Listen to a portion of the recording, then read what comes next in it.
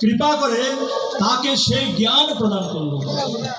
ব্রহ্মাজি প্রার্থনায় ভগবান ব্রহ্মাজিকে যে জ্ঞান প্রদান করেছিলেন সেই জ্ঞানকে আমরা বেদ নামে জানি।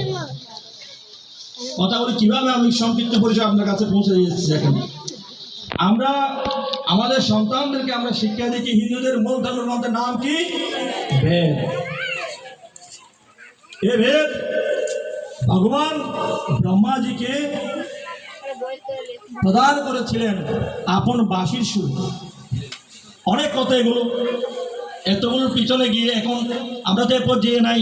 এই জ্ঞান এই কথাগুলো যদি শুরু করা হয় তাহলে আমাদের ঘুমেই চলে আসবে। এই তত্ত্ব অনেক পরে শুনবো আমরা। যখন ব্রহ্মাজি যখন জানতে পারলেন ব্রহ্মাজি কে, সৃষ্টির প্রথম জীব,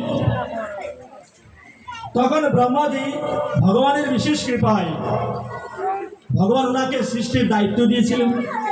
এই জন্য ব্রহ্মাজিকে আমরা সৃষ্টির দেবতা হিসেবে জানি।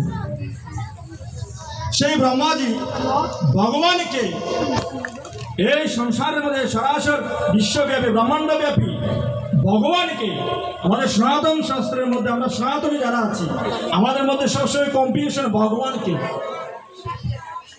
যেমন আমরা অনেক দেবদেবীদের পূজা করতেছি, দুর্গা পূজা, সরস্বতী পূজা, কালী পূজা, গণেশ পূজা, শিব পূজা, তারপরে অনেক পূজা, শনি পূজা।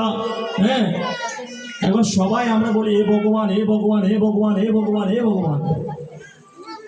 তখন সৃষ্টির প্রথম যে ব্রহ্মা, উনি তার একটা গ্রন্থ আছে ব্রহ্মসংহিতা। তার সেই ব্রহ্মসংহিতায় উনি নিজের মনোভাব ব্যক্ত করতেছেন, হে জীব, যদি ভগবান যদি সংসারের মধ্যে কেউ হয়ে থাকে তাহলে তিনি হচ্ছেন কে? সবাই বলতে হবে মুখে মুখে, ঈশ্বর পরম কৃষ্ণ। উনি বলতেছেন কি ঈশ্বরকে? আরে ইয়ার আপনারা তো ইস্কন হয় না, আপনাদের কৃষ্ণ ছাড়া এমনি কিছুই বুঝেন না। এই জন্য হয়তো আপনারা কৃষ্ণ কৃষ্ণ বলেন, ভগবান কৃষ্ণকে ভগবান বানিয়ে দেন। এরকম অনেকে মনোভাব আসতেও পারে। হ্যাঁ, আসতে পারে।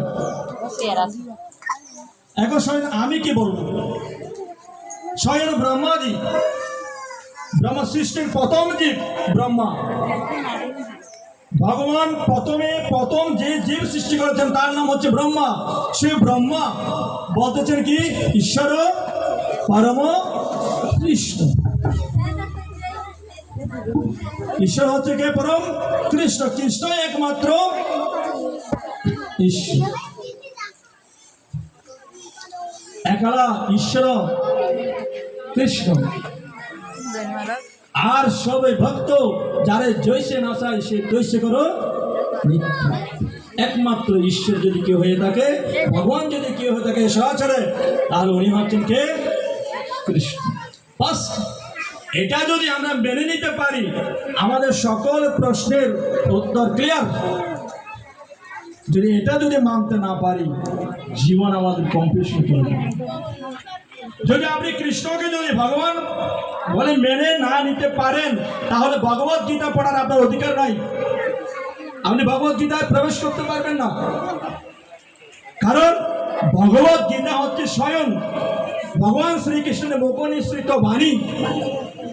আমরা যখন প্রথমে শুরু করেছিলাম ওম নমো ভগবতে বাসুদেবায়, বলো সবাই ওম নমো ভগবতে বাসুদেবায়। গীতায় প্রবেশ করার আগে, শ্রীমদ্ ভগবত গীতায় প্রবেশ করার আগে বলতেছে কি ওম নমো, আমি নমস্কার করতেছি ওম নমো ভগবতে, ভগবান কে? বাসুদেবায়। বসুদেব নন্দন বাসুদেব ভগবান শ্রীকৃষ্ণ হচ্ছে একমাত্র ভগবান। যদি জ্ঞান যদি আপনার মাথায় যদি না থাকে আপনি ভগবত গীতা পড়তে পারবেন না। এমন কেউ যদি এই কথা বিশ্বাস না করে, যদি আপনাদেরকে কোনো শিক্ষাও দিয়ে থাকে তাহলে সেই শিক্ষার ধর্মীয় শিক্ষা হতেও পারে না। কারণ যিনি ভগবত গীতা আমাকে শিক্ষা দিচ্ছেন উনি যদি ওই গীতাকে মানি